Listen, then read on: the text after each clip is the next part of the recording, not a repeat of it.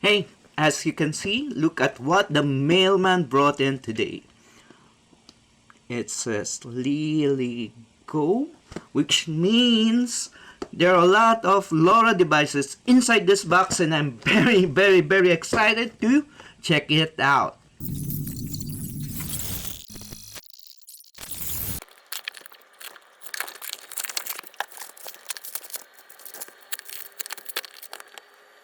Now, the first one that we will check is the LilyGo T-Beam, and let's open it up. And here you go. And as you can see, I have gotten the 915 megahertz. This is the LoRa module. Think this is the GPS module.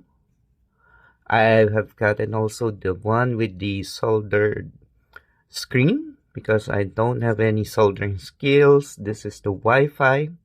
And before you turn it on, make sure that you have the, where is it? Here. You have the antenna connected before you turn it on, or it will fry the whole board according to most of the forums. And at the back, it has a built-in battery holder, which supports a battery like this, an 18650 Li-ion rechargeable battery.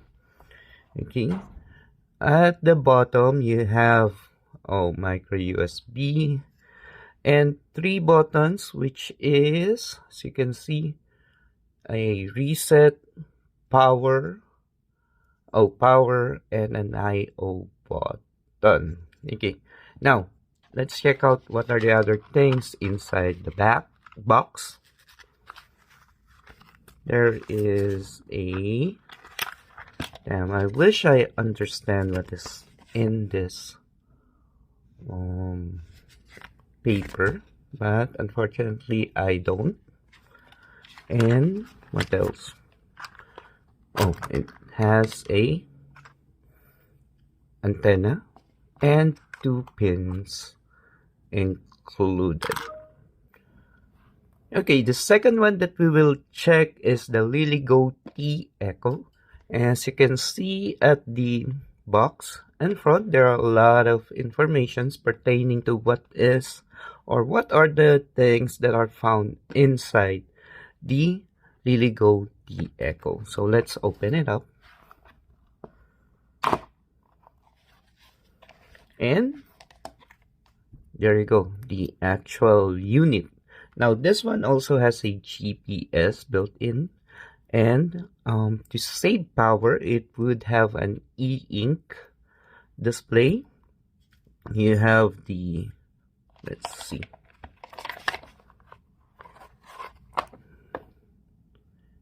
okay, so you have the reset button here, and you have the power button or button 2 here, and the touch button over here.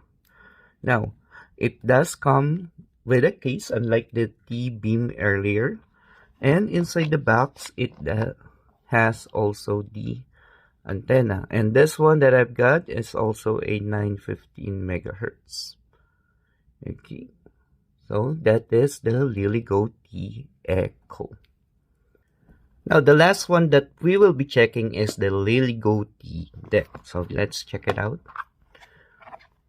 This one has, the main advantage of this is that it has a large screen, a trackball, and a BlackBerry type keyboard. Okay, as you can see, it has the ESP32 module, an SD card reader. Unfortunately, it doesn't have any GPS module. So if you have a mesh stick, it will be using the GPS module of your phone, or you can use this extension, which I will be showing you at a later date when the GPS module finally arrives. So you can just solder it in. Now, at the bottom, there is the LoRa module. also 915 megahertz, which is the same with the two previous devices that I have shown. A USB-C charging port and the battery socket, which you can use with batteries like this. So unfortunately, I didn't use or I didn't know the correct socket to use. But inside this one is a battery connector 2 that you can solder here. You can replace this one with this one so that it will work. Also, here is the antenna that you can use. Okay, always remember, before turning this on, always put the antenna so that you will not be frying the motherboard or the circuit board of this device. And that is the LilyGo T deck. Now, of the three devices that I have unboxed, I would recommend this one, the LilyGo T Echo, because it already comes with a case. It has its own battery, and unlike the T deck, it does have its own GPS module already.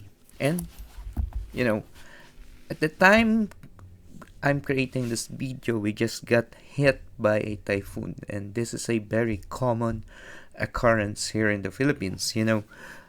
Yearly we have actually two sets of typhoon names based on the alphabet, and that's how many they are expecting. But on the average, we are being hit by typhoon 20 times a year. And an interesting use case for using this type of LoRa devices is off-grid communication. That will be a big help when it comes to emergency and rescue situations, especially when it comes to knowing the locations of people. And that is the main advantage when it against traditional ham radio. Cellular coverage, unfortunately, here in the Philippines is still heavily focused on the urban areas, and mostly places that are prone to floods and landslide are the rural area. And this is the motivation that I have for learning this type of technology. And hopefully someday this knowledge will be something that I can apply to help people in the future. And if you are interested in my LoRa journey, I would like to invite you to subscribe to this channel, and you can also check out my other videos here on Hakista TV. Till next time, my fellow Hakista.